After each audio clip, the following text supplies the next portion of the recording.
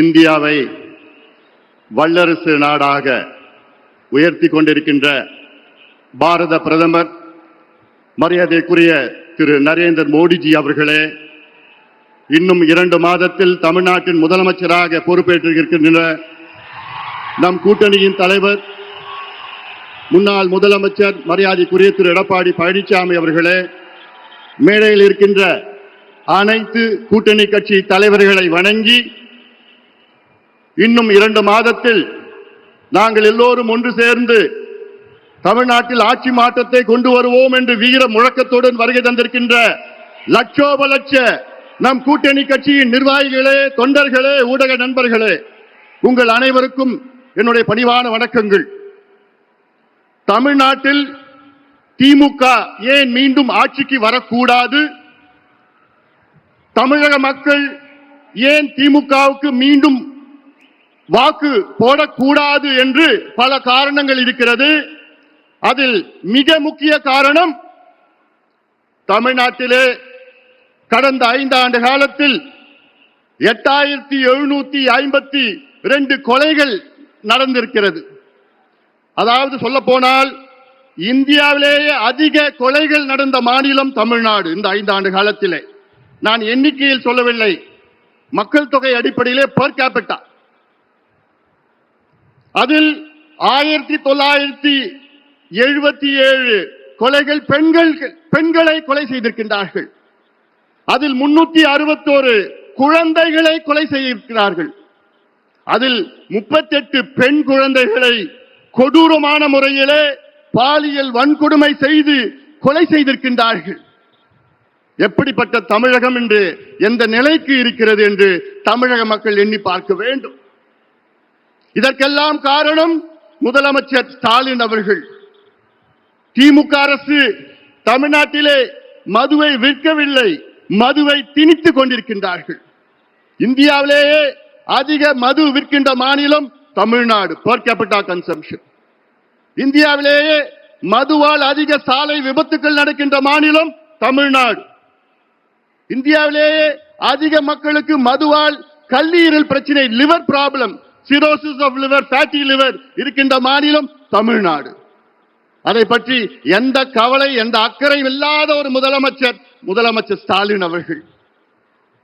கடந்த 5 ஆண்டு காலத்தில் இந்தியாவிலே பெண்களுக்கு எதிரான குற்றங்கள் 44,000 குற்றங்கள். அதில் 2200 குற்றங்கள் பாலியல் வன்கொடுமை குற்றங்கள். நினைத்து பாருங்கள். நேற்றைய முன்தினம் மதுராந்தகத்தில் ஒரு 15 வயது சிறுமியை 2 மனித மிருகம் பாலியல் வன்கொடுமை செய்து தப்பித்து விட்டார்கள். 4 வாரத்திற்கு முன்பு கிருஷ்ணகிரி மாவட்டத்தில் 2.5 வயது 2.5 year old child, 2.5 வயது குழந்தையை ஒரு மிருகம், அவன் திமுகவின் இளைஞர் சங்க பொறுப்பாளர் என்று சொல்கிறார்கள், பாலியல் வன்கொடுமை செய்து கொலை செய்திருக்கின்றார். 4 மாதத்திற்கு முன்பு கும்முடிப்பூண்டி பகுதியிலே ஆரப்பாக்கம் என்ற கிராமத்திலே 8 வயது குழந்தையை பாலியல் வன்கொடுமை செய்த ஒரு கொடூரன். அண்ணா யூனிவர்சிட்டி பெண்ணை பற்றி நமக்கு தெரியும். யார் அந்த சார் இன்னும் கண்டுபிடிக்கல. கோவை விமான நிலையத்திலே ஒரு பெண்ணை 3 கொடூரன் பாலியல் வன்கொடுமை செய்கின்ற மாநிலம் தமிழ்நாடு. வெட்கக்கேடு. அதெல்லாம் தமிழ்நாடு வெட்கக்கேடு. அதற்காகத்தான் நான் சொல்கின்றேன். ஆனால் இவ்வளோ கொடுமைகள், பெண்களுக்கு எதிரான குற்றங்கள், பாலியல் வன்கொடுமை நடக்கின்ற நேரத்திலே சொல்வார்கள், அந்த காலத்திலே ரோம் எரிகின்ற நேரத்திலே அதனுடைய மன்னர் நீரோ பிடில் வாசித்தார் என்று. அதைத்தான் இன்று ஸ்டாலின் அவர்கள் செய்து கொண்டிருக்கின்றார்கள். இவ்வளவு பிரச்சனைகள் மத்தியிலே முதலமைச்சர் ஸ்டாலின் அவர்கள் அன்றாடம் ஒவ்வொரு விளம்பர சினிமாவில் நடித்துக் கொண்டிருக்கின்றார்கள். அன்றாடம் பார்த்திருக்கிறோம், விளம்பர காட்சிகளில் நடத்தி கொண்டிருக்கின்றார், அவ்வளவுதான். ஆனால் நான் கேட்கின்றேன், தமிழக மக்களே, ஒரு மருத்துவனாக நான் கேட்கின்றேன், 3 மகள்களை பெற்ற தந்தையாக நான் கேட்கின்றேன், தயவு செய்து இந்த கொடூரன் திமுக ஆட்சியை அகற்றுங்கள். நான் தமிழ்நாட்டில் உள்ள அனைத்து பெண்களை கேட்கின்றேன், அனைத்து பெற்றோர்களை கேட்கின்றேன், அனைத்து மக்களை கேட்கின்றேன். போதும், இவர்கள் ஆண்டது போதும். நாசப்படுத்திக் கொண்டிருக்கின்றார்கள். ஒரு பக்கம் மது, மறுபக்கம் போதைப் பொருட்கள், ட்ரக்ஸ், நார்கோட்டிக்ஸ்.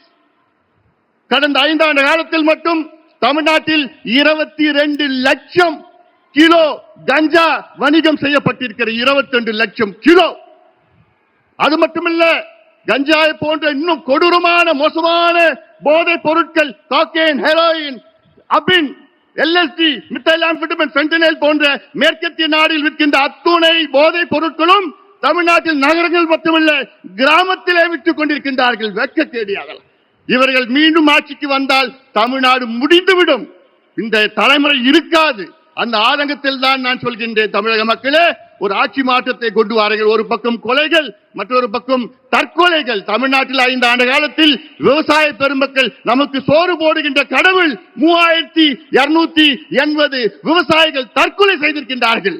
மன்னிக்க கூடாது, மன்னிக்க மாட்டார்கள் விவசாயிகள். தமிழ்நாட்டில் அனைத்து விவசாய பெருமக்களே, உங்கள் பாதங்களை தொட்டு நான் கேட்கின்றேன். நீங்கள் திமுகவை அகற்றுங்கள், விரட்டி அடியுங்கள்.